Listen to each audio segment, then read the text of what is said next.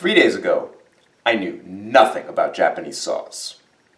Turns out, it's actually not that complicated.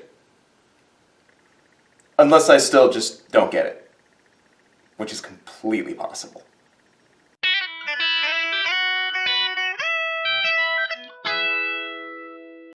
So a couple weeks ago, I did a video on this DeWalt handsaw. And, it's fine. I don't love it, I don't hate it, it cuts wood, and it's affordable. So it was a good tool for the Woodworking for Humans series. But in the comments to that video, a lot of my viewers said, hey, you should really check out a Japanese Ryoba saw instead of that DeWalt. You might like it a lot more. And I was skeptical. I've always been a little bit resistant to Japanese woodworking tools. Not because the Japanese are not amazing woodworkers. They do incredible stuff. But because I know that Japanese tools are like a whole different world of woodworking. They're used differently, cared for differently, they can be more delicate or fragile than Western tools, and honestly, I'm just trying to get better at the craft. I already own a bunch of Western tools, I know they can get the job done, so I'm just trying to get better with the tools that I own, not get invested in a completely different philosophy of woodworking. But at the same time, I also own this, the Vaughan Bear Saw. And it's one of my Woodwork for Humans recommended tools, because it's very inexpensive, about $21. It can cross-cut, rip, flush cut, it's fine enough for joinery, it leaves an excellent edge, it's affordable, it's comfortable, oh, and it cuts on the pull stroke, which will take you about 5 seconds to get used to.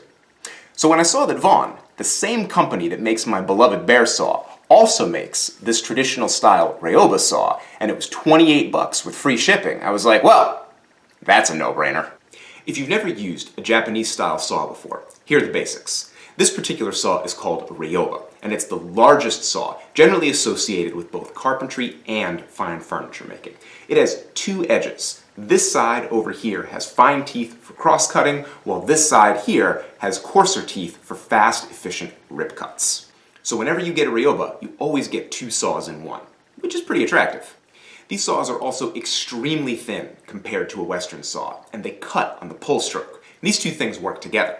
A Western style saw like this one cuts on the push stroke, and the saw plate has to be fairly thick, so it stays straight in the cut, even though it's got a lot of force behind it. But when you're cutting on the pull stroke, the plate can be much thinner, because just the force of pulling keeps that blade in tension. It keeps it dead straight, just like if you're pulling on a piece of string.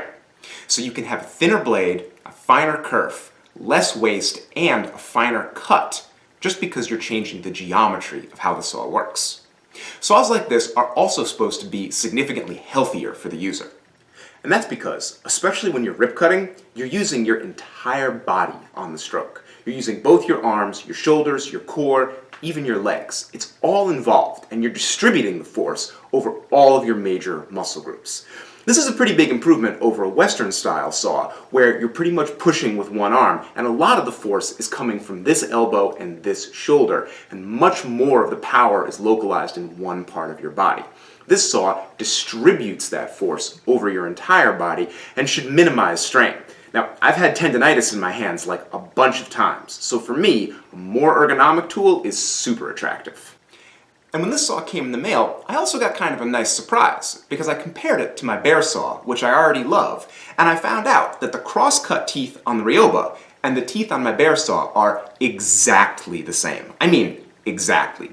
So, the Vaughan Ryoba basically is the Vaughan Bear Saw, but with another saw attached to it and a bigger handle that you can use 2 hands on. So, you can totally have both of these. I do like the little curved handle on the bear saw, but you don't need both because this one is 2 saws in one. So if you're a little bit cash strapped, like I know a lot of my viewers are, just get the Ryoba. It's got pretty much everything you need, and the price is hard to argue with.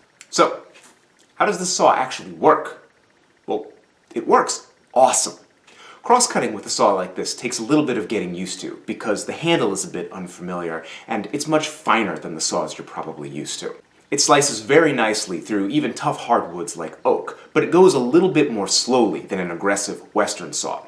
Of course, the trade-off with this is that those fine teeth leave a fine surface, and what you get from the saw might not need any cleanup with a plane or a chisel. Learning to rip accurately with this saw is a little bit more challenging than cross-cutting. For one thing, the saw is so accurate that it's kind of unforgiving. If you start your cut off a couple degrees in the wrong direction, it's going to track that way through the whole cut, and it's a little bit tough to correct. So I suggest, especially when you're first starting out, to cut pretty far away from your line when you're doing a long joinery rip, and then cleaning it up with a chisel later on to fit your pieces together. The more you practice with this saw, the easier it is to pick up some basic tricks. For one thing, it's good to start your kerf with the fine crosscut teeth, and then flip the saw over and keep going with the rip teeth. You also need to learn to use your whole body when cutting, so you're distributing the force and keeping the saw in line with both your arms, your shoulders, and even your back leg, so there's a consistent straight line throughout the entire cut. It takes a lot of practice, and I am not great at it yet. But over time, I should be able to produce cuts that are joinery ready straight off the saw, and that's going to be a huge time saver. Oh, and did I mention that this saw also flush cuts? It does. And that is an awful lot of uses for a single tool. Now I know what you're thinking. Hold on a second, Rex. This Japanese pull saw of yours looks very fancy and everything, but we just spent weeks building this crazy low, viceless workbench using entirely push tools. Is it really smart to switch to a pull tool? Is it going to work with this bench? Absolutely. I just made one quick modification to the bench, and it was really easy. I got rid of the pegs that I had made before as planing stops and replaced them with new pegs where I sawed and chiseled a little flat on each side. And this gives me a perfect setup for detailed cross-cutting. If I want to cross-cut using a push saw, I put the workpiece in between me and the pegs and push forward against them while I work. If I want to use a pull saw, I put the workpiece on the far side of the pegs and saw away. Both situations give me a rock-solid foundation for doing clean, detailed work. Of course, we also need to rip, especially small pieces and delicate joinery. How are we going to do that? Well, it's no problem. I suggest you take small pieces of hardwood and knock them into your vise with a solid wedge. Then you can sit behind them and saw towards yourself, and that's only going to pull the work more securely into the notch. You can also sit on the left side or the right side. And both of these are going to work equally well with a solid foundation for making precise cuts. If you're doing a multi-cut piece of joinery, like this tenon here, you might be able to make those cuts by moving around the workpiece rather than constantly unclamping and reclamping the workpiece itself. The notch plus a pull saw can make this bench a very efficient way of preparing your joinery. And of course, we also need to process larger boards for stock preparation. If you're doing something large, like this 2x4, it's really easy just to lean it up against the bench, step on it with one foot, and then rip away as quickly as you want to. You'd be surprised how well your body weight holds something in place, especially when you're pulling back against yourself as the support. And if you need to rip a thin, wide board like this one, I suggest laying it flat on the bench and then just jumping up on top of the bench. It's low, it's not difficult to stand on. Once you're standing on it, you can line up your saw very easily and get your entire body into the saw stroke and track your line extremely accurately. It works really well. You'll probably get it right on the first try. All in all, the pull saw is extremely well suited to the low, viceless bench. So, like a lot of things, I didn't buy this tool because I needed another saw. I own dozens of saws. I bought this tool because a lot of my viewers told me I should check out a Japanese saw, and I really like to be responsive to what my viewers are interested in seeing. But now that I've used the saw for a while, I'm honestly in love with it. I think that it's amazing, and I could really see myself going straight down the rabbit hole of Japanese tools. Don't tell my wife. I also want to mention that I paid for this tool out of pocket. There are no freebies and no sponsorships on this channel, because instead of sponsors, I have Patreon. My patrons are the ones who make these videos possible. They provide the support that allows me to buy a tool like this that I don't need and then tell you whether or not it's worth your money. And because this channel is independent and unsponsored, I hope you can trust what I say a little bit more than some other talking heads on the internet. And maybe you want to be a part of what's going on here. If so, go over to patreon.com/RexKruger and check out the early access, exclusive content, and rewards that I have just for my patrons.